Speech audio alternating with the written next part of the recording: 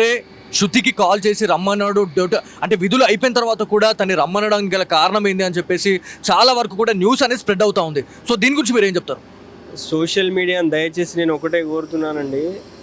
ఆ, అసలు శృతి అనే అమ్మాయి ఆ పోలీస్ స్టేషన్లో వర్క్ చేసే అమ్మాయి కాదు. ఆ అమ్మాయి ప్రజెంట్ బీబీపేటలో పనిచేస్తుంది. బీబీపేటలో గతంలో పనిచేసిన ఆ యొక్క పరిచయాలు ఉండొచ్చు, దాన్ని మనం కాదనలేము. ఎందుకంటే ఆయన ఎస్ఐ తోటి కానిస్టేబుల్ కాబట్టి ఉండొచ్చు బహుశా. అట్లా అని ఆమెను పిలవడము ఆ తర్వాత పోవడం ఇలాంటిది ఏం లేదు. అక్కడ ముగ్గురు పర్సన్స్ ఉన్నారు, అది దయచేసి గమనించాలి అందరు కూడా. అక్కడ ముగ్గురు పర్సన్స్ ఉన్నారు. అక్కడికి వాళ్ళ ఇద్దరి లొకేషన్ తీసుకున్నాడు. నిన్న ఫోన్ కాల్ వచ్చింది అమ్మాయి నుంచి అక్కడ ఏదో జరుగుతుంది.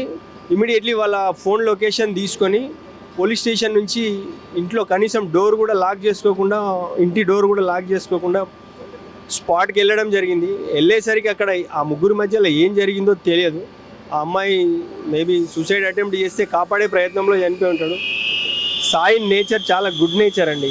అనవసరంగా సోషల్ మీడియాలో వైరల్ చేసి దీని ఎపిసోడ్ వచ్చేసి కుటుంబం పరువు చేయకండి. ఏదైతే మనకి కానిస్టేబుల్ శృతి గురించి మాట్లాడుకుంటే తన ఒంటిపైన గాయాలు కనిపిస్తూ ఉన్నాయి, గాయాలు ఉన్నాయి అని చెప్పేసి కూడా న్యూస్ అనేది బయటకు వస్తూ ఉంది. సో ఇదేంటంటే దాడి ఏమైనా జరిగిందా అనేది చాలా మందికి ఉన్న క్వశ్చన్ అండి. సార్ అది నేను మాట్లాడాల్సింది కాదు, స్థానిక పోలీసులు మాట్లాడాలి. నేను కూడా పోలీస్ డిపార్ట్మెంటే కాబట్టి నాకున్న ఎక్స్పీరియన్స్తో అని చెప్తున్నా.